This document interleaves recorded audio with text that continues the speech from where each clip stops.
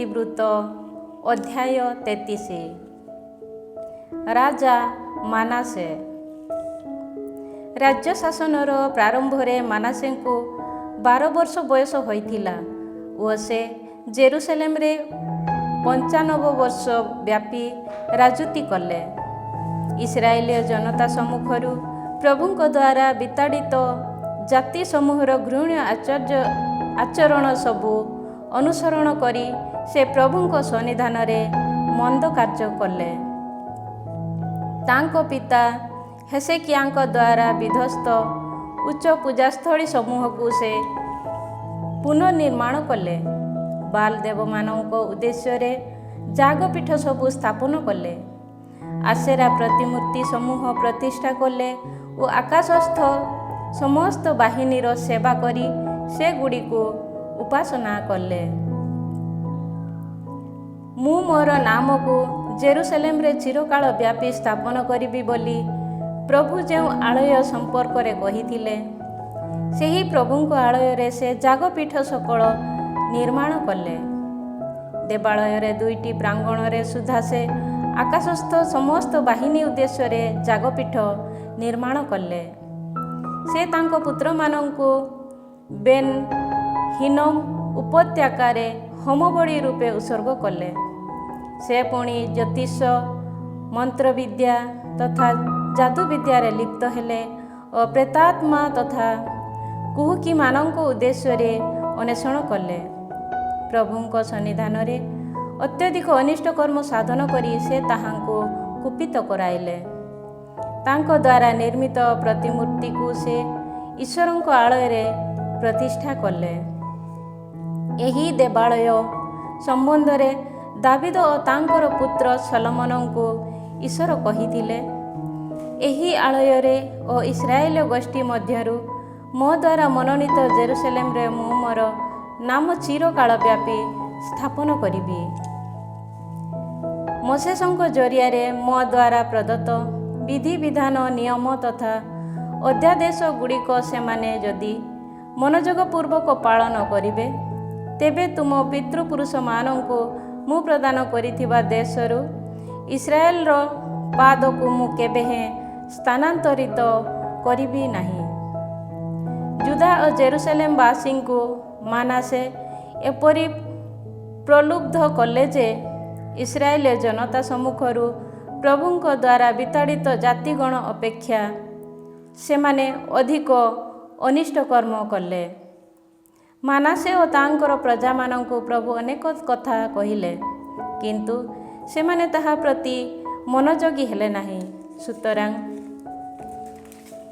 ପ୍ରଭୁ ଆସିରିଆର ରାଜାଙ୍କ ସେନାପତିମାନଙ୍କୁ ସେମାନଙ୍କ ବିରୁଦ୍ଧରେ ପଠାଇଲେ। ସେମାନେ ମାନାସେଙ୍କ ବେଡ଼ିରେ ଧରି ପିତ୍ତଳ ଶିକୁଳିରେ ଆବଦ୍ଧ କରି ବାବିଲୋନକୁ ନେଇଗଲେ। ତାଙ୍କର ଦୁର୍ଦ୍ଦଶା ମଧ୍ୟରେ ପ୍ରଭୁ ତାଙ୍କ ଈଶ୍ୱରଙ୍କ କରୁଣା ସେ ଭିକ୍ଷା କଲେ ଓ ପ୍ରଭୁ ତାଙ୍କ ପିତୃପୁରୁଷମାନଙ୍କ ଈଶ୍ୱରଙ୍କ ସନ୍ନିଧାନରେ ନିଜକୁ ଅତ୍ୟଧିକ ବିନମ୍ର କଲେ। ସେ ଈଶ୍ୱରଙ୍କ ନିକଟରେ ପ୍ରାର୍ଥନା କଲେ ଓ ଈଶ୍ୱର ତାଙ୍କ ନିବେଦନ ଶୁଣି ତାହା ପ୍ରତି କର୍ଣ୍ଣପାତ କଲେ। ସୁତରାଂ ଈଶ୍ୱର ତାଙ୍କୁ ଜେରୁସାଲେମ ତଥା ତାଙ୍କର ରାଜ୍ୟକୁ ପୁନରାୟ ଫେରାଇ ଆଣିଲେ। ସେ ସମୟରେ ମାନାସେ ଜାଣିଲେ ଯେ ପ୍ରଭୁ ହିଁ ଈଶ୍ୱର। ତତ୍ପରେ ସେ ଦାବିଦଙ୍କ ନଗରୀର ଚତୁଃପାର୍ଶ୍ୱରେ ଗୋଟିଏ ବାହ୍ୟ ପ୍ରାଚୀର ନିର୍ମାଣ କଲେ। ତାହା ଗିହୋନର ପଶ୍ଚିମ ଦିଗସ୍ଥ ଉପତ୍ୟକାରୁ ଆରମ୍ଭ କରି ଅଫେଲକୁ ପରିବେଷ୍ଟନ କରି ମତ୍ସ୍ୟଦ୍ୱାର ପର୍ଯ୍ୟନ୍ତ ଆସି ପହଞ୍ଚିଅଛି। ପ୍ରାଚୀରଟି ଅତି ଉଚ୍ଚ ଥିଲା। ଜୁଦାର ଦୁର୍ଗ ବିଶିଷ୍ଟ ସମସ୍ତ ନଗରୀଗୁଡ଼ିକରେ ସେ ସେନାପତିମାନଙ୍କୁ ମଧ୍ୟ ନିୟୋଜିତ କଲେ। ପ୍ରଭୁଙ୍କ ଆଳୟରୁ ବିଦେଶୀ ଦେବଗଣ ତଥା ପ୍ରତିମାକୁ ସେ କାଢ଼ିଦେଲେ ଓ ପ୍ରଭୁଙ୍କ ଆଳୟ ନିର୍ମିତ ହୋଇଥିବା ପର୍ବତ ତଥା ଜେରୁସାଲେମରେ ତାଙ୍କ ଦ୍ୱାରା ନିର୍ମିତ ସମସ୍ତ ଯାଗପୀଠ ବିଧ୍ୱସ୍ତ କରି ସେ ସମସ୍ତକୁ ନଗରୀ ବହିର୍ଭାଗରେ ସେ ନିକ୍ଷେପ କଲେ। ପ୍ରଭୁଙ୍କ ବଳିପୀଠକୁ ପୁନଃ ପ୍ରତିଷ୍ଠା କରି ସେ ତାହା ଉପରେ ଶାନ୍ତି ବଳି ତଥା କୃତଜ୍ଞତାତ୍ମକ ବଳି ଉତ୍ସର୍ଗ କଲେ। ପ୍ରଭୁ ଇସ୍ରାଏଲର ଈଶ୍ୱରଙ୍କ ସେବା କାର୍ଯ୍ୟରେ ଲିପ୍ତ ହେବା ସକାଶେ ସେ ଯୁଦାବାସୀମାନଙ୍କୁ ଆଦେଶ ଦେଲେ। ତଥାପି ଜନତା ଆହୁରି ଉଚ୍ଚ ପୂଜାସ୍ଥଳୀମାନଙ୍କରେ ନୈବେଦ୍ୟ ସ୍ୱରୂପ କଲେ, ଯଦିଚ ତାହା କେବଳ ପ୍ରଭୁ ସେମାନଙ୍କ ଈଶ୍ୱରଙ୍କ ଦ୍ୱାରା ଉଦ୍ଦିଷ୍ଟ ଥିଲା। ମାନାସେଙ୍କ ଦ୍ୱାରା ସମ୍ପାଦିତ ଅନ୍ୟ ସମସ୍ତ କାର୍ଯ୍ୟକଳାପ ଈଶ୍ୱରଙ୍କ ନିକଟରେ ତାଙ୍କର ପ୍ରାର୍ଥନା ଓ ପ୍ରଭୁ ଇସ୍ରାଏଲର ଈଶ୍ୱରଙ୍କ ନାମରେ ତାଙ୍କ ସହ କଥାବାର୍ତ୍ତା କରିଥିବା ଦୂରଦର୍ଶୀମାନଙ୍କ ବଚନ ସକଳ ପ୍ରଭୃତି ସବୁ କିଛି ଇସ୍ରାଏଲୀୟ ରାଜାମାନଙ୍କ ଇତିବୃତ୍ତ ପୁସ୍ତକରେ ଲିପିବଦ୍ଧ ହୋଇଅଛି।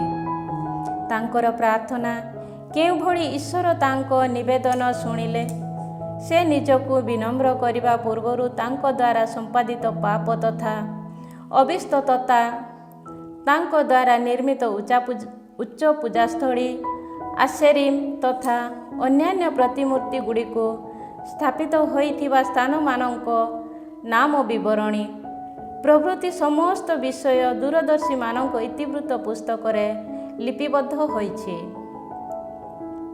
ପରିଶେଷରେ ମାନାସେ ତାଙ୍କ ପିତୃପୁରୁଷମାନଙ୍କ ସହ ମହାନିଦ୍ରାରେ ଶୟନ କଲେ ଓ ସେମାନେ ତାଙ୍କୁ ତାଙ୍କ ଗୃହରେ ସମାଧିସ୍ଥ କଲେ। ତାଙ୍କର ପୁତ୍ର ଆମୋନ ତାଙ୍କ ସ୍ଥାନରେ ରାଜା ହେଲେ। ରାଜା ଆମୋନ ରାଜ୍ୟ ଶାସନର ପ୍ରାରମ୍ଭରେ ଆମୋନଙ୍କୁ 22 ବର୍ଷ ବୟସ ହୋଇଥିଲା ଓ ସେ ଜେରୁସାଲେମରେ 2 ବର୍ଷ ଧରି ରାଜୁତି କଲେ। ତାଙ୍କ ପିତା ମାନାସେଙ୍କ ଭଳି ସେ ପ୍ରଭୁଙ୍କ ସନ୍ନିଧାନରେ ମନ୍ଦ କାର୍ଯ୍ୟ ସାଧନ କଲେ। ତାଙ୍କ ପିତାଙ୍କ ଦ୍ୱାରା ନିର୍ମିତ ସମସ୍ତ ପ୍ରତିମୂର୍ତ୍ତି ପ୍ରତି ଆମୋନ ନୈବେଦ୍ୟ ଉତ୍ସର୍ଗ କରି ଉପାସନା କଲେ। କିନ୍ତୁ ତାଙ୍କ ପିତା ଯେପରି ନିଜକୁ ବିନୀତ କରିଥିଲେ, ଆମୋନ ସେହିପରି ନିଜକୁ ବିନମ୍ର କଲେ ନାହିଁ, ବରଂ ସେ ଉତ୍ତରୋତ୍ତର ଅଧିକ ପାପ କଲେ। ତାଙ୍କର ପରିଚାରକମାନେ ତାଙ୍କ ବିରୁଦ୍ଧରେ ଚକ୍ରାନ୍ତ କରି ତାଙ୍କ ଗୃହ ମଧ୍ୟରେ ତାଙ୍କୁ ବଦ୍ଧ କଲେ। କିନ୍ତୁ ରାଜା ଆମୋନଙ୍କ ସମସ୍ତ ଚକ୍ରାନ୍ତକାରୀଙ୍କୁ ଦେଶବାସୀମାନେ ନିଧନ କଲେ ଓ ତାଙ୍କ ପୁତ୍ର ଯୋସିଆଙ୍କୁ ତାଙ୍କ ପରିବର୍ତ୍ତେ ରାଜା ରୂପେ ନିଯୁକ୍ତି କଲେ। ଅଧ୍ୟାୟ 34। ରାଜା ଯୋସିଆ। ରାଜ୍ୟ ଶାସନର ପ୍ରାରମ୍ଭରେ ଯୋସିଆଙ୍କୁ 8 ବର୍ଷ ବୟସ ହୋଇଥିଲା ଓ ସେ ଜେରୁସାଲେମରେ 31 ବର୍ଷ ବ୍ୟାପୀ ରାଜୁତି କଲେ। ସେ ପ୍ରଭୁଙ୍କ ସନ୍ନିଧାନରେ ଉତ୍ତମ କର୍ମ କଲେ ଓ ତାଙ୍କ ପିତୃପୁରୁଷ ଦାବିଦଙ୍କ ମାର୍ଗରୁ ସେ ଦକ୍ଷିଣ କିମ୍ବା ବାମ ଆଡ଼କୁ ଲେଶ ମାତ୍ର ଫେରିଲେ ନାହିଁ। ତାଙ୍କ ରାଜତ୍ୱର 8ମ ବର୍ଷରେ ଓ ଯେତେବେଳେ ସେ ଜଣେ ବାଳକ ଥିଲେ, ତଥାପି ସେ ତାଙ୍କ ପିତା ଦାବିଦଙ୍କ ଈଶ୍ୱରଙ୍କ ଅଭୀଷ୍ଟ ସନ୍ଧାନ କରିବା ପାଇଁ ଆରମ୍ଭ କଲେ। ତାଙ୍କ ରାଜତ୍ୱର 12 ବର୍ଷରେ ଜୁଦା ଓ ଜେରୁସାଲେମରେ ଅବସ୍ଥିତ ଉଚ୍ଚ ପୂଜାସ୍ଥଳୀ, ଆସେରିମ୍ ପ୍ରତିମୂର୍ତ୍ତି ଓ ଖୋଦିତ ତଥା ଛାଞ୍ଚ ନିର୍ମିତ ପ୍ରତିମୂର୍ତ୍ତି ଗୁଡ଼ିକୁ ନିଶ୍ଚିହ୍ନ କରିବାକୁ ସେ ଆରମ୍ଭ କଲେ। ତାଙ୍କର ଉପସ୍ଥିତିରେ ସେମାନେ ବାଲ୍ ଦେବମାନଙ୍କ ଯାଗପୀଠ ସବୁ ବିଧ୍ୱସ୍ତ କଲେ। ସେହି ଯାଗପୀଠ ସମୂହର ଊର୍ଦ୍ଧ୍ୱସ୍ଥ ଧୂପ ଯାଗପୀଠ ସକଳ ସେମାନେ ତାଙ୍କ ସମ୍ମୁଖରେ ବିଧ୍ୱସ୍ତ କଲେ। ଆସେରିମ୍ ପ୍ରତିମୂର୍ତ୍ତି, ଖୋଦିତ ତଥା ଛାଞ୍ଚ ନିର୍ମିତ ପିତୁଳା ଗୁଡ଼ିକୁ ସେ ଖଣ୍ଡ ବିଖଣ୍ଡ କଲେ ଓ ସେ ସମସ୍ତ ଚୂର୍ଣ୍ଣ କରି ସେ ସମସ୍ତ ପ୍ରତି ନୈବେଦ୍ୟ ଉତ୍ସର୍ଗ କରିଥିବା ବ୍ୟକ୍ତିମାନଙ୍କର କବରସ୍ଥାନ ଉପରେ ତାହା ଛିଞ୍ଚିଲେ। ପୁରୋହିତମାନଙ୍କ ଅସ୍ଥିପୁଞ୍ଜକୁ ସେହି ଦେବମାନଙ୍କ ଯାଗପୀଠ ଉପରେ ସେ ଦଗ୍ଧ କଲେ ଓ ଏହିପରି ଜୁଦା ତଥା ଜେରୁସାଲେମକୁ ସୁଧପୁତ କଲେ। ମାନାସେ, ଏଫ୍ରାଇମ୍, ସିମିୟନ ଓ ସୁଦୂରସ୍ଥ ନାଫ୍ଥାଲି ପ୍ରଦେଶଗୁଡ଼ିକର ନଗରୀ ସକଳ ଓ ସମୀପବର୍ତ୍ତୀ ଅଞ୍ଚଳସ୍ଥିତ ଯାଗପୀଠ, ଆସେରୀୟ ପ୍ରତିମୂର୍ତ୍ତି ତଥା ପିତୁଳା ସମୂହକୁ ଖଣ୍ଡ ବିଖଣ୍ଡ କରି ସେ ଚୂର୍ଣ୍ଣ କରିଦେଲେ ଏବଂ ଇସ୍ରାଏଲୀୟ ଦେଶ ତମାମ ସଂସ୍ଥାପିତ ଧୂପପୀଠ ଗୁଡ଼ିକୁ ବିଧ୍ୱସ୍ତ କଲେ। ଏହାପରେ ସେ ଜେରୁସାଲେମକୁ ଫେରିଗଲେ। ଦେବାଳୟର ନବୀକରଣ। ଦେଶ ତଥା ଆଳୟର ଶୁଦ୍ଧିକରଣ କର୍ମ ସମାପ୍ତ ହେଲା ପରେ ତାଙ୍କ ରାଜତ୍ୱର 18 ବର୍ଷରେ ଆସାଲିଆର ପୁତ୍ର ସାଫାନ, ନଗରାଧିପତି ମାସେଇଆ ଓ ଯୋଆହାସଙ୍କର ପୁତ୍ର ତଥା ଅଭିଲେଖକ ଯୋଆଙ୍କୁ ଯୋସିଆ ପ୍ରଭୁ ତାଙ୍କ ଈଶ୍ୱରଙ୍କ ଆଳୟର ମରାମତି କର୍ମ ସକାଶେ ନିଯୁକ୍ତି କଲେ। ମାନାସେ, ଏଫ୍ରାଇମ୍ ତଥା ଇସ୍ରାଏଲର ଅନ୍ୟାନ୍ୟ ସ୍ଥାନର ଅଧିବାସୀଗଣ ଜୁଦା, ବେଞ୍ଜାମିନ୍ ଓ ଜେରୁସାଲେମବାସୀଙ୍କ ଠାରୁ ଈଶ୍ୱରଙ୍କ ଆଳୟ ପାଇଁ ଦ୍ୱାରରକ୍ଷୀ ଲେବୀମାନେ ଯେଉଁ ସମସ୍ତ ଅର୍ଥ ଆଦାୟ କରିଥିଲେ, ସେମାନେ ତାହା ନେଇ ମହାଯାଜକ ହିଲ୍କିୟାଙ୍କ ପାଖକୁ ଆସି ସମର୍ପଣ କଲେ। ସେମାନେ ସେହି ଅର୍ଥ ପ୍ରଭୁଙ୍କ ଆଳୟର ମରାମତି କର୍ମର ତତ୍ତ୍ୱାବଧାରକମାନଙ୍କ ହସ୍ତରେ ସମର୍ପଣ କଲେ ଓ ଏମାନେ ତାହା ଦେବାଳୟର ମରାମତି ତଥା ନବୀକରଣ ପାଇଁ ବିନିଯୋଗ କଲେ। ଜୁଦାର ରାଜାମାନଙ୍କ ଅବହେଳା ଯୋଗୁଁ ଜରାଜୀର୍ଣ୍ଣ ହୋଇଥିବା ଗୃହଗୁଡ଼ିକର ମରାମତି ପାଇଁ ମସୃଣ ପଥର, ଅରା ତଥା ଅନ୍ୟାନ୍ୟ କାଷ୍ଠ କ୍ରୟ କରିବା ପାଇଁ ସେମାନେ ସେହି ଅର୍ଥକୁ ବଢ଼େଇ ଓ ରାଜମିସ୍ତ୍ରୀମାନଙ୍କୁ ଦେଲେ। ସେହି କାରିଗରମାନେ ବିଶ୍ୱସ୍ତତା ସହ କାର୍ଯ୍ୟ କଲେ। ମେରାରୀୟ ବଂଶଜ ଜାହାତ ଓ ଅବାଦିଆ, କୋହାତୀୟ ବଂଶଜ ସେଖାରିଆ ଓ ମେସୁଲାମ ପ୍ରଭୃତି ଲେବୀୟମାନେ ସେହି କାରିଗରମାନଙ୍କର ତତ୍ତ୍ୱାବଧାରକ ଥିଲେ। ବାଦ୍ୟଯନ୍ତ୍ର ବାଦନ ପାଇଁ ପ୍ରବୀଣ ଲେବୀୟମାନେ ଭାରବାହକ ତଥା ଅନ୍ୟ ସର୍ବବିଧ କାର୍ଯ୍ୟ କରୁଥିବା କର୍ମୀମାନଙ୍କର ତତ୍ତ୍ୱାବଧାରକ ଥିଲେ। ଅନ୍ୟ କେତେକ ଲେବୀୟ ଅଭିଲେଖକ, କର୍ମଚାରୀ ତଥା ଦ୍ୱାରରକ୍ଷୀ ରୂପେ ମଧ୍ୟ ନିୟୋଜିତ ହେଲେ। ବିଧାନ ପୁସ୍ତକର ଆବିଷ୍କାର। ପ୍ରଭୁଙ୍କ ଆଳୟରେ ସଞ୍ଚିତ ଅର୍ଥକୁ ବାହାରକୁ ନେଇ ଆସିବା ବେଳେ ମୋସେସଙ୍କ ଜରିଆରେ ପ୍ରଭୁଙ୍କ ଦ୍ୱାରା ପ୍ରଦତ୍ତ ବିଧିବିଧାନର ଗ୍ରନ୍ଥ ଯାଜକ ହିଲ୍କିୟା ଆବିଷ୍କାର କଲେ।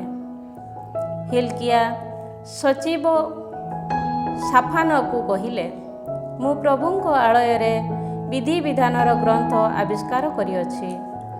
ତତ୍ପରେ ହିଲ୍କିୟା ଗ୍ରନ୍ଥଗୁଡ଼ିକୁ ସାଫାନକୁ ଦେଲେ। ଗ୍ରନ୍ଥଟିକୁ ରାଜାଙ୍କ ପାଖକୁ ନେଇ ଆସି ସାଫାନ କହିଲା, ଯେ ସମସ୍ତ କାର୍ଯ୍ୟ ତୁମେ ତୁମ ପରିଚାରକମାନଙ୍କୁ ଅର୍ପଣ କରିଥିଲ, ସେମାନେ ସେ ସବୁ ସାଧନ କରିଛନ୍ତି। ପ୍ରଭୁଙ୍କ ଆଳୟରେ ପ୍ରାପ୍ତ ସମସ୍ତ ଅର୍ଥ ସେମାନେ ନେଇ ତତ୍ତ୍ୱାବଧାରକ ଓ କାରିଗରମାନଙ୍କ ହସ୍ତରେ ସମର୍ପଣ କରିଅଛନ୍ତି। ଏହାପରେ ସଚିବ ସାଫାନ ରାଜାଙ୍କୁ କହିଲା, ଯାଜକ ହିଲ୍କିୟା ମୋତେ ଏକ ଗ୍ରନ୍ଥ ଦେଇଅଛନ୍ତି। ତତ୍ପରେ ସାଫାନ ତାହା ରାଜାଙ୍କ ସମ୍ମୁଖରେ ପଠନ କଲା।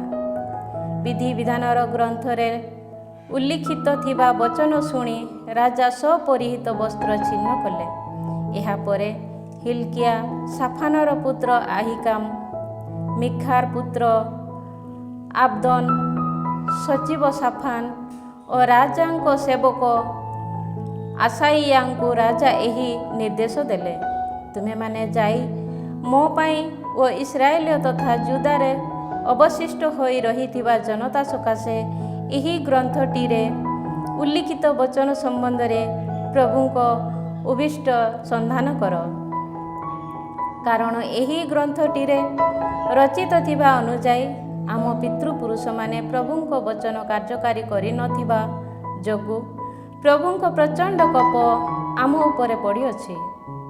ସୁତରାଂ ହିଲ୍କିୟା ଓ ରାଜାଙ୍କ ଦ୍ୱାରା ପ୍ରେରିତ ତାଙ୍କର ସହବର୍ତ୍ତୀମାନେ ନାରୀ ପ୍ରବକ୍ତା ହୁଲ୍ଦାର ପାଖକୁ ଗଲେ। ଏହି ହୁଲ୍ଦା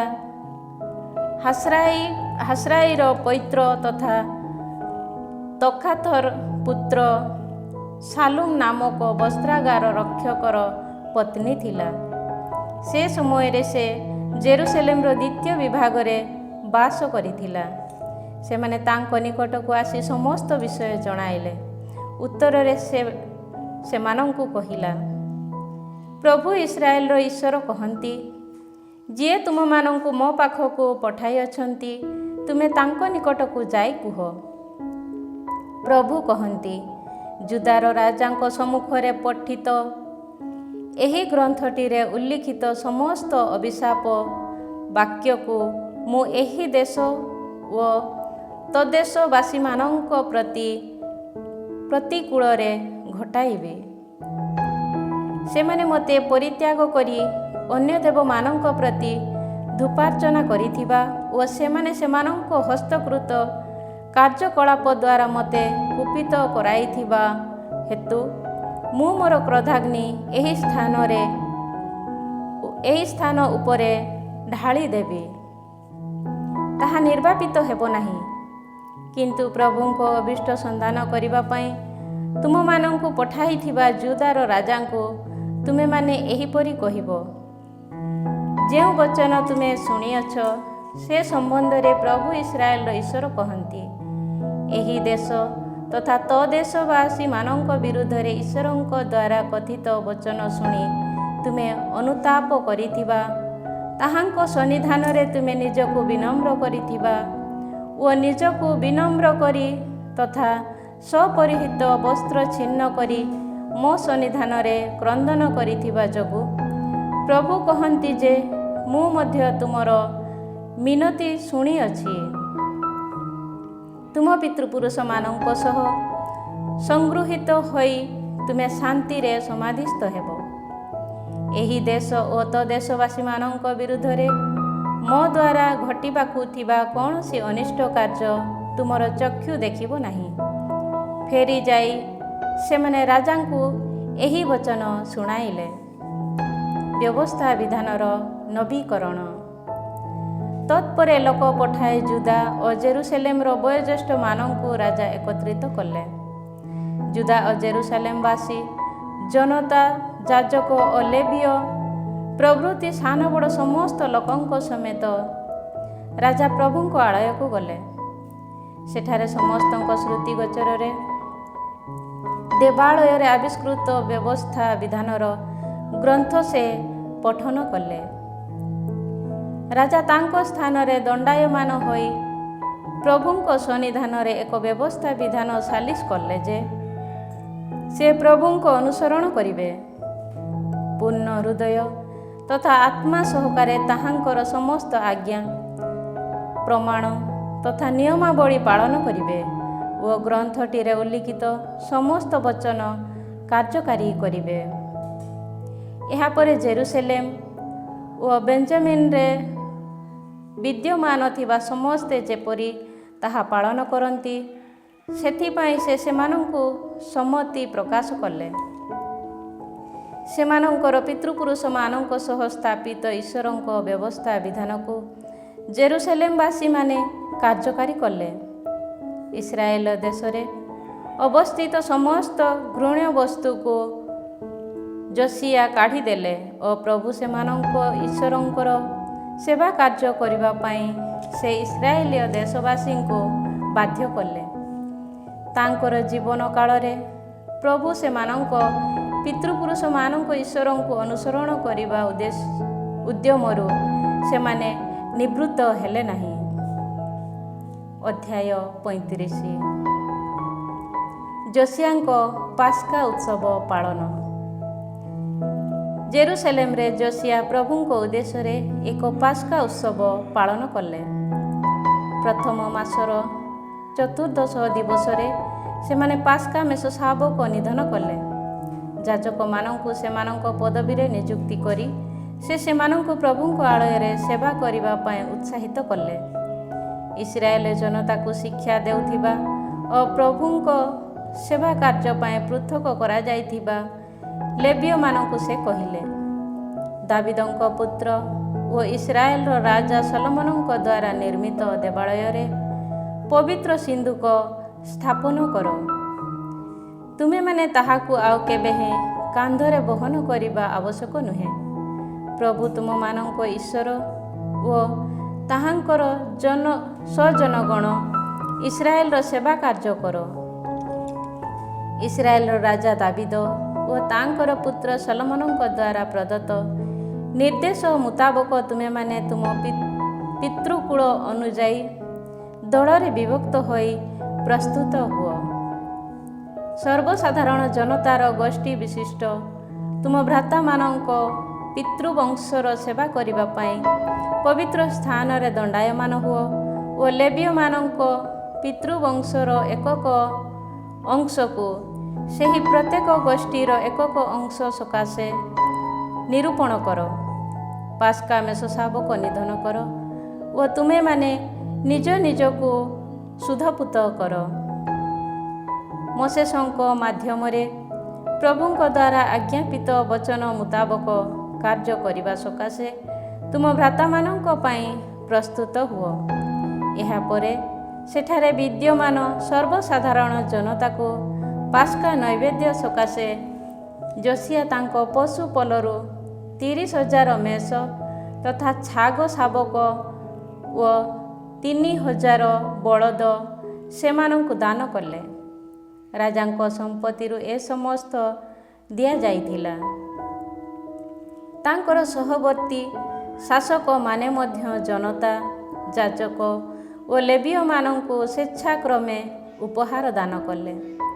ପାସ୍କା ନୈବେଦ୍ୟ ଉତ୍ସର୍ଗ କରିବା ପାଇଁ ଦେବାଳୟର ମୁଖ୍ୟ ପରିଚାରକ ହିଲ୍କିଆ, ସେଖାରିଆ ଓ ଜେହିଏଲ ଯାଜକମାନଙ୍କୁ 2,600 ମେଷ ତଥା ଛାଗ ଶାବକ ଓ 300 ବଳଦ ଦାନ କଲେ। ପାସ୍କା ନୈବେଦ୍ୟ ଉତ୍ସର୍ଗ କରିବା ପାଇଁ ଲେବୀୟମାନଙ୍କ ମଧ୍ୟରୁ ପ୍ରମୁଖ ବ୍ୟକ୍ତିଗଣ କନାନିଆ ଓ ତାଙ୍କର ସହୋଦର ସେମାଇଆ, ନେଥାନେଲ, ହାସାବିଆ, ଜିଏଲ ଓ ଯୋଶାବାଦ ଲେବୀୟମାନଙ୍କୁ 5,000 ମେଷ ତଥା ଛାଗ ଶାବକ ଓ 500 ବଳଦ ଦାନ କଲେ। ସେବା କାର୍ଯ୍ୟର ସମସ୍ତ ଆୟୋଜନ ପ୍ରସ୍ତୁତ ହେଲା ପରେ ଯାଜକ ଓ ଲେବୀୟମାନେ ରାଜାଙ୍କ ଆଦେଶ ମୁତାବକ ସେମାନଙ୍କ ଦଳ ଅନୁଯାୟୀ ନିଜ ନିଜର ସ୍ଥାନ ଗୁଡ଼ିକରେ ଦଣ୍ଡାୟମାନ ହେଲେ। ସେମାନେ ପାସ୍କା ମେଷ ଶାବକ ନିଧନ କଲେ। ଯାଜକମାନେ ଲେବୀୟମାନଙ୍କ ହସ୍ତରୁ ତାହାର ରକ୍ତ ଗ୍ରହଣ କରି ବଳିପୀଠ ଉପରେ ସିଞ୍ଚନ କଲେ ଓ ଲେବୀୟମାନେ ତତ୍ପରେ ତାହାର ଚର୍ମ ଉତ୍ତାରିଲେ। ହୋମ ବଳି ପାଇଁ ଉଦ୍ଦିଷ୍ଟ ପଶୁମାନଙ୍କୁ ସେମାନେ ସର୍ବସାଧାରଣ ଜନତାର ପିତୃକୁଳ ଅନୁସାରେ ସେମାନଙ୍କ ମଧ୍ୟରେ ବିତରଣ କଲେ। ମୋଶେସଙ୍କ ବିଧାନ ଗ୍ରନ୍ଥରେ ଲିପିବଦ୍ଧ ଥିବା ଅନୁଯାୟୀ ପ୍ରଭୁଙ୍କ ପ୍ରତି ଉତ୍ସର୍ଗ କରିବା ସକାଶେ ତାହା ସେହିପରି କରାଯାଇଥିଲା। ସେମାନେ ପାସ୍କା ମେଷ ଶାବକକୁ ନିର୍ଦ୍ଦେଶ ଅନୁଯାୟୀ ଅଗ୍ନିରେ ସେକିଲେ ଓ ଅବଶିଷ୍ଟ ନୈବେଦ୍ୟ ଉପହାର ଗୁଡ଼ିକୁ ପାତ୍ର, ହାଣ୍ଡି ତଥା କରେଇ ଗୁଡ଼ିକରେ ସିଦ୍ଧ କରି ସର୍ବସାଧାରଣ ଜନତାଙ୍କ ସମୀପକୁ ଖୁବ୍ ଶୀଘ୍ର ନେଇଗଲେ। ଏହାପରେ ଯାହା ସେମାନଙ୍କ ଓ ଯାଜକମାନଙ୍କ ପାଇଁ ଉଦ୍ଦିଷ୍ଟ ଥିଲା ସେମାନେ ତାହା ପାକ କଲେ, କାରଣ ଆରୋନଙ୍କ ପୁତ୍ର ଯାଜକମାନେ ସନ୍ଧ୍ୟା ପର୍ଯ୍ୟନ୍ତ ହୋମବଳି ତଥା ମେଦ ଉତ୍ସର୍ଗ କରିବାରେ ଲିପ୍ତ ଥିଲେ। ସୁତରାଂ ଲେବୀୟମାନେ ସେମାନଙ୍କ ଓ ଆରୋନଙ୍କ ପୁତ୍ର ଯାଜକମାନଙ୍କ ପାଇଁ ପାକ କଲେ। ଦାବିଦ, ଆସାଫ, ହେମାନ ଓ ରାଜାଙ୍କ ଦୂରଦର୍ଶୀ ଜେଦୁଥୁନଙ୍କ ଆଦେଶ ଅନୁଯାୟୀ ଆସାଫର ପୁତ୍ର ଗାୟକମାନେ ସେମାନଙ୍କ ନିଜ ସ୍ଥାନମାନଙ୍କରେ ବିଦ୍ୟମାନ ଥିଲେ। ଦ୍ୱାରରକ୍ଷୀମାନେ ପ୍ରତ୍ୟେକ ଦ୍ୱାର ସମ୍ମୁଖରେ ପହରା ଦେଲେ। ସେମାନଙ୍କ ଭ୍ରାତା ଲେବୀୟମାନେ ସେମାନଙ୍କ ଭୋଜନ ପ୍ରସ୍ତୁତ କରିଥିବା ହେତୁ ସେମାନଙ୍କୁ ନିଜ ନିଜର ସେବା କାର୍ଯ୍ୟ ଛାଡ଼ି ଦେଇ ଅନ୍ୟତ୍ର ପ୍ରସ୍ଥାନ କରିବା ଅନାବଶ୍ୟକ ଥିଲା। ଏହିପରି ରାଜା ଯୋସିଆଙ୍କ ଆଦେଶ ମୁତାବକ ପାସ୍କା ଉତ୍ସବ ପାଳନ କରିବା ଓ ପ୍ରଭୁଙ୍କ ବଳିପୀଠ ଉପରେ ହୋମବଳି ଉତ୍ସର୍ଗ କରି ପ୍ରଭୁଙ୍କ ସେବା କରିବା ପାଇଁ ଯାହା ଆବଶ୍ୟକ ଥିଲା ସେମାନେ ସେ ସମସ୍ତ ପ୍ରସ୍ତୁତ କଲେ। ସେଠାରେ ବିଦ୍ୟମାନ ଇସ୍ରାଏଲୀୟ ଜନତା ସେହି ଦିବସରେ ପାସ୍କା ଉତ୍ସବ ଓ 7 ଦିନ ଧରି ତାଡ଼ି ରହିତ ରୁଟିର ଉତ୍ସବ ପାଳନ କଲେ।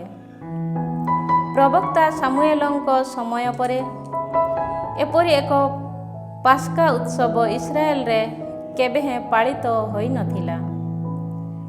ଯୋସିଆ, ଯାଜକଗଣ, ଲେବୀୟ ବୃନ୍ଦ, ସେଠାରେ ବିଦ୍ୟମାନ ଥିବା ଜୁଦା ତଥା ଇସ୍ରାଏଲୀୟ ଜନତା ଓ ଜେରୁସାଲେମବାସୀ ସେହିଦିନ ପାଳନ କରିଥିବା ପାସ୍କା ଉତ୍ସବ ସଦୃଶ୍ୟ ଅନ୍ୟ କୌଣସି ପାସ୍କା ପର୍ବ ଇସ୍ରାଏଲୀୟ ରାଜାମାନଙ୍କ ମଧ୍ୟରୁ କେହି କେବେ ପାଳନ କରି ନଥିଲେ। ଯୋସିଆଙ୍କ ରାଜତ୍ୱର 18 ବର୍ଷରେ ଏହି ପାସ୍କା ଉତ୍ସବ ପାଳିତ ହେଲା। ଯୋସିଆଙ୍କ ମୃତ୍ୟୁ। ଦେବାଳୟର ନବୀକରଣ ସମ୍ବନ୍ଧୀୟ ସମସ୍ତ କାର୍ଯ୍ୟ ଯୋସିଆ ସମାପ୍ତ କଲେ। ସେ ସମୟରେ ଇଜିପ୍ଟର ରାଜା ନେକୋ ୟୁଫ୍ରେଟିସ୍ ନଦୀ ତଟସ୍ଥ କାର୍କେମିସ୍କୁ ଯୁଦ୍ଧ କରିବା ପାଇଁ ଯାତ୍ରା କଲେ। ସେ ସମୟରେ ତାଙ୍କୁ ସ୍ଥଗିତ କରିବା ପାଇଁ ଯୋସିଆ ତାଙ୍କ ବିରୁଦ୍ଧରେ ଯାତ୍ରା କଲେ। କିନ୍ତୁ ନେକୋ ଦୂତମାନଙ୍କୁ ପଠାଇ ଯୋସିଆଙ୍କୁ କହିଲେ, ହେ ଜୁଦାର ରାଜା, ଆମ ପରସ୍ପର ମଧ୍ୟରେ କ'ଣ ବା ଅଛି? ମୁଁ ଆଜି ତୁମକୁ ଆକ୍ରମଣ କରିବା ପାଇଁ ଆସିନାହିଁ, ବରଂ ମୋର ଶତ୍ରୁ ଗୃହ ବିରୁଦ୍ଧରେ ଯୁଦ୍ଧ କରିବା ପାଇଁ ଯାଉଛି। ତହୁଁ ଶୀଘ୍ର ଗମନ କରିବାକୁ ଈଶ୍ୱର ମୋତେ ଆଦେଶ ଦେଇଛନ୍ତି। ଯିଏ ମୋର ସହବର୍ତ୍ତୀ ହୋଇଛନ୍ତି, ସେହି ଈଶ୍ୱରଙ୍କୁ ପ୍ରତିରୋଧ କରିବାକୁ ନିବୃତ୍ତ ହୁଅ, ନଚେତ୍ ସେ ତୁମକୁ ବିନାଶ କରିବେ। କିନ୍ତୁ ଯୋସିଆ ପ୍ରତ୍ୟାହାର କରିବା ପାଇଁ ଅନିଚ୍ଛା ପ୍ରକାଶ କଲେ ଓ ତାଙ୍କ ବିରୁଦ୍ଧରେ ଯୁଦ୍ଧ କରିବା ପାଇଁ ଛଦ୍ମବେଶ ଧାରଣ କଲେ। ନେକୋଙ୍କ ମାଧ୍ୟମରେ ପ୍ରଭୁ କଥିତ ବଚନ ପ୍ରତି ମନୋଯୋଗୀ ନ ହୋଇ ମେଗିଦୋ ସମତଳ ଭୂମିରେ ତାଙ୍କ ବିରୁଦ୍ଧରେ ସେ ଯୁଦ୍ଧ ଆରମ୍ଭ କଲେ। ଧନୁର୍ଦ୍ଧରମାନେ ତୀର ମାରି ରାଜା ଯୋସିଆଙ୍କୁ ଆଘାତ କଲେ। ତହୁଁ ସେ ନିଜ ପରିଚାରକମାନଙ୍କୁ କହିଲେ, ମୁଁ କଠିନ ଆଘାତ ପ୍ରାପ୍ତ ହୋଇଛି, ତେଣୁ ମୋତେ ଏଠାରୁ ନେଇଯାଅ। ସୁତରାଂ ତାଙ୍କର ପରିଚାରକମାନେ ତାଙ୍କୁ ରଥରୁ ଓହ୍ଲାଇ ଓ ତାଙ୍କର ଦ୍ୱିତୀୟ ରଥରେ ତାଙ୍କୁ ସାଇତ କରି ଜେରୁସାଲେମକୁ ଘେନି ଆସିଲେ। ସେ ସେଠାରେ ମୃତ୍ୟୁବରଣ କଲେ ଓ ତାଙ୍କୁ ପିତୃପୁରୁଷମାନଙ୍କର କବରସ୍ଥାନରେ ସମାଧିସ୍ଥ ହେଲେ। ଯୋସିଆଙ୍କ ସ୍ମରଣାର୍ଥେ ସମସ୍ତ ଜୁଦା ତଥା ଜେରୁସାଲେମ ବିଳାପ କଲେ। ଜେରେମିଆ ମଧ୍ୟ ଯୋସିଆଙ୍କ ସମ୍ମାନାର୍ଥେ ଗୋଟିଏ ବିଳାପ ଗୀତି ରଚନା କଲେ। ଯୋସିଆଙ୍କ ସମ୍ବନ୍ଧରେ ବିଳାପ କରିବା ସମୟରେ ପୁରୁଷ ତଥା ନାରୀ ଗାୟକମାନେ ଏବେ ସୁଦ୍ଧା ସେହି ଗୀତ ଗାନ କରନ୍ତି। ସେମାନେ ତାଙ୍କୁ ଇସ୍ରାଏଲର ଏକ ନିୟମ ଶୃଙ୍ଖଳା କଲେ। ବିଳାପ ଗୀତ ସଂହିତାରେ ଏହା ମଧ୍ୟ ଲିପିବଦ୍ଧ। ଯୋସିଆଙ୍କ ଦ୍ୱାରା ସମ୍ପାଦିତ ଅନ୍ୟ ସମସ୍ତ କାର୍ଯ୍ୟକଳାପ ଓ ପ୍ରଭୁଙ୍କ ବିଧିବିଧାନରେ ଉଲ୍ଲିଖିତ ଥିବା ଅନୁସାରେ ତାଙ୍କ ଦ୍ୱାରା ସାଧିତ ଉତ୍ତମ କର୍ମାବଳୀ ଆଦ୍ୟରୁ ଅନ୍ତ ପର୍ଯ୍ୟନ୍ତ ଜୁଦା ଓ ଇସ୍ରାଏଲର ରାଜାମାନଙ୍କ ପୁସ୍ତକରେ ଲିପିବଦ୍ଧ ହୋଇଛି। ଅଧ୍ୟାୟ 36। ରାଜା ଜେହୋଆଶ। ଦେଶବାସୀମାନେ ଯୋସିଆଙ୍କ ପୁତ୍ର ଜେହୋଆଶଙ୍କୁ ତାଙ୍କ ପିତାଙ୍କ ପରିବର୍ତ୍ତେ ଜେରୁସାଲେମର ରାଜା ରୂପେ ନିୟୋଜିତ କଲେ। ରାଜ୍ୟ ଶାସନର ପ୍ରାରମ୍ଭରେ ଜେହୋଆଶଙ୍କୁ 23 ବର୍ଷ ବୟସ ହୋଇଥିଲା ଓ ସେ ଜେରୁସାଲେମରେ 3 ମାସ ଧରି ରାଜୁତି କଲେ। ତତ୍ପରେ ଇଜିପ୍ଟର ରାଜା ତାଙ୍କୁ ଗାଦିଚ୍ୟୁତ କଲେ ଓ ଦେଶ ଉପରେ 100 ତାଲେନ୍ତ ରୌପ୍ୟ ତଥା 1 ତାଲେନ୍ତ ସ୍ୱର୍ଣ୍ଣର ଭେଟି ବସାଇଲେ। ଜେହୋଆଶଙ୍କ ସହୋଦର ଏଲିଆକିମକୁ ଇଜିପ୍ଟର ରାଜା ଜୁଦା ଓ ଜେରୁସାଲେମ ରାଜା ରୂପେ ନିଯୁକ୍ତ କଲେ ଓ ତାଙ୍କୁ ଜେହୋଆକିମର ନାମରେ ନାମିତ କଲେ। ତାଙ୍କର ସହୋଦର ଜେହୋଆଶଙ୍କୁ ନେକ ଇଜିପ୍ଟକୁ ନେଇଗଲେ। ରାଜା ଜେହୋୟାକିମ୍। ରାଜ୍ୟ ଶାସନର ପ୍ରାରମ୍ଭରେ ଜେହୋୟାକିମଙ୍କୁ 25 ବର୍ଷ ବୟସ ହୋଇଥିଲା ଓ ସେ ଜେରୁସେଲେମରେ 11 ବର୍ଷ ବ୍ୟାପୀ ରାଜୁତି କଲେ। ପ୍ରଭୁ ତାଙ୍କ ଈଶ୍ୱରଙ୍କ ସନ୍ନିଧାନରେ ସେ ମନ୍ଦ କାର୍ଯ୍ୟ କଲେ।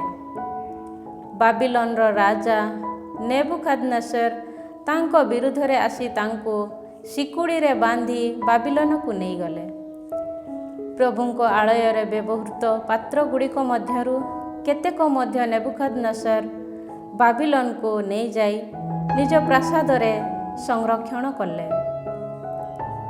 ଜେହୋୟାକିମଙ୍କ ଦ୍ୱାରା ସମ୍ପାଦିତ ଅନ୍ୟ ସମସ୍ତ କାର୍ଯ୍ୟକଳାପ, ତାଙ୍କ ଦ୍ୱାରା ସାଧିତ ଘୃଣ୍ୟ କର୍ମାବଳୀ ଓ ଅନ୍ୟାନ୍ୟ ଅନିଷ୍ଟ କାର୍ଯ୍ୟ ଜୁଦା ଓ ଇସ୍ରାଏଲର ରାଜାମାନଙ୍କ ପୁସ୍ତକରେ ଲିପିବଦ୍ଧ। ତାଙ୍କର ପୁତ୍ର ଜେହୋୟାଖିନ୍ ତାଙ୍କ ପରିବର୍ତ୍ତେ ରାଜା ହେଲେ। ରାଜା ଜେହୋୟାଖିନ୍। ରାଜ୍ୟ ଶାସନର ପ୍ରାରମ୍ଭରେ ଜେହୋୟାଖିନଙ୍କୁ 8 ବର୍ଷ ବୟସ ମାତ୍ର ହୋଇଥିଲା ଓ ସେ ଜେରୁସେଲେମରେ 3 ମାସ ଓ 10 ଦିନ ଧରି ରାଜୁତି କଲେ। ସେ ପ୍ରଭୁଙ୍କ ସନ୍ନିଧାନରେ ମନ୍ଦ କାର୍ଯ୍ୟ କଲେ। ସେହି ବର୍ଷର ବସନ୍ତ କାଳରେ ରାଜା ନେବୁକାଦନେସର ସୈନ୍ୟ ପଠାଇ ତାଙ୍କୁ ବାବିଲନକୁ ନେଇଗଲେ। ପ୍ରଭୁଙ୍କ ଆଳୟରେ ବ୍ୟବହୃତ ବହୁମୂଲ୍ୟ ପାତ୍ର ସବୁ ମଧ୍ୟ ବାବିଲନକୁ ନିଆଗଲା। ତାଙ୍କର ଭ୍ରାତା ସେଦେକିଆଙ୍କୁ ନେବୁକାଦନେସର ଜୁଦା ଓ ଜେରୁସେଲେମର ରାଜା ରୂପେ ନିୟୋଜିତ କଲେ। ରାଜା ସେଦେକିଆ। ରାଜ୍ୟ ଶାସନର ପ୍ରାରମ୍ଭରେ ସେଦେକିଆଙ୍କୁ 21 ବର୍ଷ ବୟସ ହୋଇଥିଲା ଓ ସେ ଜେରୁସେଲେମରେ 11 ବର୍ଷ ବ୍ୟାପୀ ରାଜୁତି କଲେ। ପ୍ରଭୁ ତାଙ୍କ ଈଶ୍ୱରଙ୍କ ସନ୍ନିଧାନରେ ସେ ମନ୍ଦ କାର୍ଯ୍ୟ କଲେ। ପ୍ରଭୁଙ୍କ ବଚନର ପ୍ରଚାରକ ପ୍ରବକ୍ତା ଜେରେମିୟାଙ୍କ ସମ୍ମୁଖରେ ସେ ନିଜକୁ ବିନମ୍ର କଲେ ନାହିଁ। ସେ ରାଜା ନେବୁକାଦନେସରଙ୍କ ବିରୁଦ୍ଧରେ ବିଦ୍ରୋହ କରି ଉଠିଲେ, ଯେଉଁ ରାଜା କି ତାଙ୍କୁ ଈଶ୍ୱରଙ୍କ ନାମରେ ଶପଥ କରାଇଥିଲେ। ପ୍ରଭୁ ଇସ୍ରାଏଲର ଈଶ୍ୱରଙ୍କ ସମ୍ମୁଖକୁ ନ ଫେରି ସେ ନିଜ ହୃଦୟ କଠିନ କରି ଅନମନୀୟ ହେଲେ। ଜାତି ସକଳ ଘୃଣ୍ୟ କାର୍ଯ୍ୟକଳାପରେ ଲିପ୍ତ ହୋଇ ପ୍ରମୁଖ ଯାଜକବୃନ୍ଦ ଓ ଜନତା ମଧ୍ୟ ସେହିପରି ପ୍ରଭୁଙ୍କ ପ୍ରତି ଅତ୍ୟଧିକ ଅବିଶ୍ୱସ୍ତ ଥିଲେ। ଜେରୁସେଲେମରେ ପ୍ରଭୁ ପୂତ ପବିତ୍ର କରିଥିବା ଦେବାଳୟ ସେମାନେ ଅପବିତ୍ର କଲେ। ପ୍ରଭୁ ସେମାନଙ୍କ ପିତୃପୁରୁଷମାନଙ୍କ ଈଶ୍ୱର ତାହାଙ୍କ ସ୍ୱଜନ ତଥା ତାହାଙ୍କ ବାସସ୍ଥଳୀ ପ୍ରତି କରୁଣା ପ୍ରଦର୍ଶନ କରି ସେମାନଙ୍କ ନିକଟକୁ ନିରନ୍ତର ରୂପେ ଦୂତମାନଙ୍କୁ ପଠାଇଥିଲେ। କିନ୍ତୁ ସେମାନେ ଈଶ୍ୱରଙ୍କ ଦୂତମାନଙ୍କୁ ଉପହାସ କଲେ, ତାହାଙ୍କର ବଚନକୁ ଅବମାନନା କଲେ ଓ ତାହାଙ୍କର ପ୍ରବକ୍ତାମାନଙ୍କୁ ଅବହେଳା କଲେ। ଫଳରେ ପ୍ରଭୁଙ୍କ କୋପାନଳ ତାହାଙ୍କ ସ୍ୱଜନମାନଙ୍କ ବିରୁଦ୍ଧରେ ଏପରି ପ୍ରଜ୍ୱଳିତ ହେଲା ଯେ ସେମାନଙ୍କ ପ୍ରତି ଶାନ୍ତି ବିଧାନ କରିବା ପରିବର୍ତ୍ତେ ଅନ୍ୟ କୌଣସି ପ୍ରତିକାର ରହିଲା ନାହିଁ। ଜେରୁସେଲେମର ପତନ। ସୁତରାଂ ପ୍ରଭୁ କାଲଦୀୟମାନଙ୍କ ରାଜାଙ୍କୁ ସେମାନଙ୍କ ବିପକ୍ଷରେ ପଠାଇଲେ। ଏହି କାଲଦୀୟମାନଙ୍କ ରାଜା ସେମାନଙ୍କ ଯୁବକମାନଙ୍କୁ ପବିତ୍ରାଳୟରେ ଖଡ଼୍ଗ ଦ୍ୱାରା ବଦ୍ଧ କଲେ। ଯୁବକ ଯୁବତୀ କିମ୍ବା ବୃଦ୍ଧ ତଥା ଜରାଜୀର୍ଣ୍ଣ ବ୍ୟକ୍ତିମାନଙ୍କ ପ୍ରତି ସେ କିଛି ଦୟା ଦେଖାଇଲେ ନାହିଁ। ପ୍ରଭୁ ସମସ୍ତଙ୍କୁ ତାଙ୍କ ହସ୍ତରେ ସମର୍ପଣ କଲେ। ଦେବାଳୟରେ ବ୍ୟବହୃତ ଛୋଟ ବଡ଼ ସମସ୍ତ ପାତ୍ର ଓ ପ୍ରଭୁଙ୍କ ଆଳୟ ତଥା ରାଜପ୍ରାସାଦରେ ସଞ୍ଚିତ ଓ ଶାସକମାନଙ୍କ ଦ୍ୱାରା ସଞ୍ଚିତ ସମସ୍ତ ସମ୍ପଦ ସେ ବାବିଲନକୁ ନେଇଗଲେ। ସେମାନେ ଦେବାଳୟ ଦଗ୍ଧ କଲେ, ଜେରୁସେଲେମ ପରିବେଷ୍ଟିତ ପ୍ରାଚୀର ଭାଙ୍ଗିଦେଲେ, ତନ୍ମଧ୍ୟସ୍ଥ ସମସ୍ତ ପ୍ରାସାଦ ଅଗ୍ନିରେ ଦଗ୍ଧ କଲେ ଓ ବହୁମୂଲ୍ୟ ପାତ୍ର ସବୁ ବିନଷ୍ଟ କଲେ। ଖଡ଼୍ଗରୁ ରକ୍ଷା ପ୍ରାପ୍ତ ସମସ୍ତଙ୍କୁ ପ୍ରବାସ ଜୀବନଯାପନ କରିବା ପାଇଁ ସେ ବାବିଲୋନକୁ ନେଇଗଲେ ଓ ପାରସ୍ୟ ସାମ୍ରାଜ୍ୟର ସଂସ୍ଥାପନ ପର୍ଯ୍ୟନ୍ତ ସେମାନେ ତାଙ୍କ ଓ ତାଙ୍କ ପୁତ୍ରମାନଙ୍କର ଦାସ ହେଲେ। ଏହିପରି ଜେରେମିୟାଙ୍କ ଦ୍ୱାରା କଥିତ ପ୍ରଭୁଙ୍କ ବଚନ ସାର୍ଥକ ହେଲା ଓ ଦେଶଟି ସାବତ ଉପଭୋଗ କଲା। 70 ବର୍ଷ ସମ୍ପୂର୍ଣ୍ଣ ହେବା ପର୍ଯ୍ୟନ୍ତ ଦେଶଟି ଜନହୀନ ଥାଇ ସାବତ ପାଳନ କଲା। ରାଜା ସାଇରସଙ୍କ ବିଜ୍ଞପ୍ତି। ଜେରେମିୟାଙ୍କ ମାଧ୍ୟମରେ ପ୍ରଭୁ କଥିତ ବଚନ ସାର୍ଥକ ହେବା ପାଇଁ ପାରସ୍ୟର ରାଜା ସାଇରସଙ୍କ ରାଜତ୍ୱର ପ୍ରଥମ ବର୍ଷରେ ତାଙ୍କ ଅଧୀନସ୍ଥ ରାଜ୍ୟ ସାରା ଏହି ବିଜ୍ଞପ୍ତି ଘୋଷଣା କରିବାକୁ ଓ ତାହାକୁ ଲିପିବଦ୍ଧ କରି ପ୍ରଦର୍ଶିତ କରାଇବାକୁ ପାରସ୍ୟର ରାଜା ସାଇରସଙ୍କୁ ପ୍ରଭୁ ଉଦ୍ଦୀପିତ କଲେ। ସେହି ବିଜ୍ଞପ୍ତି ଏହା। ପାରସ୍ୟର ରାଜା ସାଇରସ କହନ୍ତି, ପ୍ରଭୁ ଆକାଶମଣ୍ଡଳର ଈଶ୍ୱର ପୃଥିବୀର ସମସ୍ତ ରାଜ୍ୟକୁ ମୋ ହସ୍ତରେ ସମର୍ପଣ କରିଅଛନ୍ତି। ଜୁଦାରେ ଥିବା ଜେରୁସଲେମରେ ତାହାଙ୍କର ନାମ ଉଦ୍ଦେଶ୍ୟରେ ଏକ ଆଳୟ ନିର୍ମାଣ କରିବା ପାଇଁ ସେ ମୋତେ ଆଦେଶ ଦେଇଛନ୍ତି।